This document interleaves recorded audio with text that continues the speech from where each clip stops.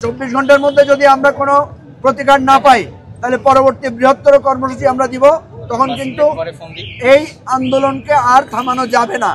রাশেদ খানের কাছ থেকে শুনেছেন, সে নিজেও আহত এবং আমরা খুবই মর্মাহত যে আমাদের সহযোদ্ধা ডাকসুর সাবেক ডিবি নুরুল হক নূর, উনি অত্যন্ত বিপজ্জনক অবস্থায় ওনার চিকিৎসা চলছে। আমি সর্বপ্রথম দাবি করব সরকারের কাছে যে নুরুল হক নূরকে একটি বিশেষ বোর্ড গঠন করে তার যাতে সুচিকিৎসা হয় এবং তার জীবনের যে শঙ্কা সেটা যাতে দ্রুত আমাদের কাছে যাতে সেটা জানানো হয় যে তিনি শঙ্কামুক্ত, এটা যাতে আমাদেরকে জানানো হয়, তার যাতে উন্নত চিকিৎসা করা হয়। দ্বিতীয়ত যে কথাটা বলা হয়েছে এটা আপনারা দেখেছেন যে আমরা অবাক হয়ে লক্ষ্য করলাম যে আমাদের পুলিশ লাঠিচার্জ করে আমরা দেখি, কিন্তু এইভাবে নৃশংসভাবে গুতিয়ে নুরুল হক নূরকে যেভাবে মারা হয়েছে এটা অত্যন্ত বোঝা গেছে যে তাকে ইন্টেনশনালি তাকে টার্গেট করে এটা করা হয়েছে। নুরুল হক নূরকে আগেও এ ধরনের টার্গেট করে তার জীবন নাশের চেষ্টা করা হয়েছে। আমরা এটার জন্য অত্যন্ত তীব্র নিন্দা জানাই, প্রতিবাদ জানাই, ক্ষোভ জানাই। আমরা চাইলে আজকে সারা বাংলাদেশে কিন্তু এই প্রতিবাদ বিক্ষোভ ছড়িয়ে দেওয়ার সুযোগ আছে, কিন্তু আমরা মনে করি আমরা অনেক রক্তক্ষরণের মধ্য দিয়ে এতটুকুতে এসেছি। আমাদেরকে ধৈর্য ধরতে হবে, শৃঙ্খলার সাথে প্রতিবাদ জানাতে হবে।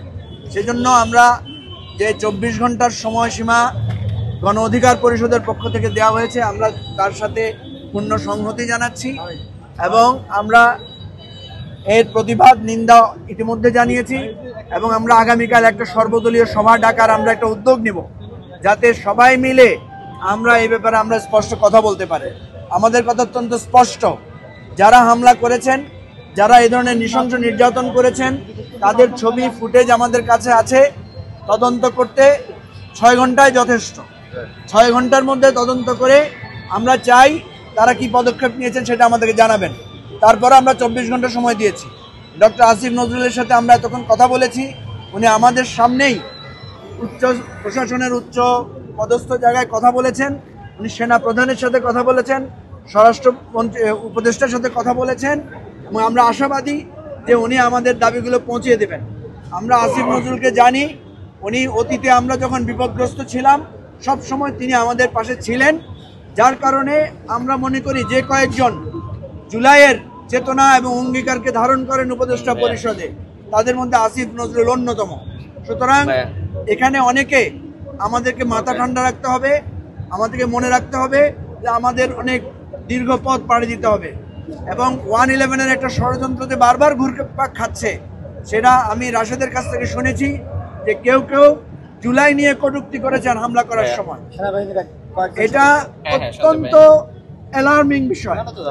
আমাদের ত্রুটি বিচ্যুতি থাকতে পারে, কিন্তু আবু সাইদ মুগ্ধরা রক্ত দিয়ে যে জুলাই অভ্যুত্থান ঘটিয়েছেন সেই জুলাই অভ্যুত্থানের প্রতি কারো হিংসা, কারো অপবাদ, কারো অবহেলা কিন্তু আমরা সহ্য করব না ইনশাআল্লাহ। তো প্রিয় ভাই ও বন্ধুগণ, আপনাদেরকে জানাচ্ছি 24 ঘন্টার সময় এটাকে আমরা সংহতি জানাচ্ছি, এটাকে আমরা সমর্থন দিচ্ছি এবং আগামীকাল আমরা চেষ্টা করব একটা সর্বদলীয় বৈঠক ডেকে সরকারের চূড়ান্ত জায়গা 24 ঘন্টার মধ্যে যদি আমরা কোনো প্রতিকার না পাই তাহলে পরবর্তী বৃহত্তর কর্মসূচি আমরা দিব। তখন কিন্তু এই আন্দোলনকে আর থামানো যাবে না। তখন কিন্তু এটার একটা চূড়ান্ত পরিণতি আমরা দেখবো ইনশাআল্লাহ। আপনাদেরকে ধৈর্যের সাথে, সাহসিকতার সাথে, ঐক্যবদ্ধতার সাথে পরিস্থিতি মোকাবেলা করার জন্য অনুরোধ জানাচ্ছি। সবাইকে ধন্যবাদ। নূর এখন আইসিইউতে আছে। আমরা এই মাত্র যে খবর পেলাম, আমরা আবারও যাচ্ছি। আমরা অনুরোধ করব একটা বিশেষজ্ঞ টিম দিয়ে একটা, আপনারা জানেন যে এই সমস্ত সেন্সিটিভ সময়ে বোর্ড গঠন করতে হয়, কারণ তার মাল্টিপল জায়গায় তিনি আঘাতপ্রাপ্ত হয়েছেন। তার নাকে রক্তক্ষরণ হয়েছে, সম্ভবত নাকের হাড় ভেঙে গেছে, চোখে তিনি এর বাইরে আরো যারা আহত আছেন আমরা তাদের ট্রিটমেন্টগুলো দেখব।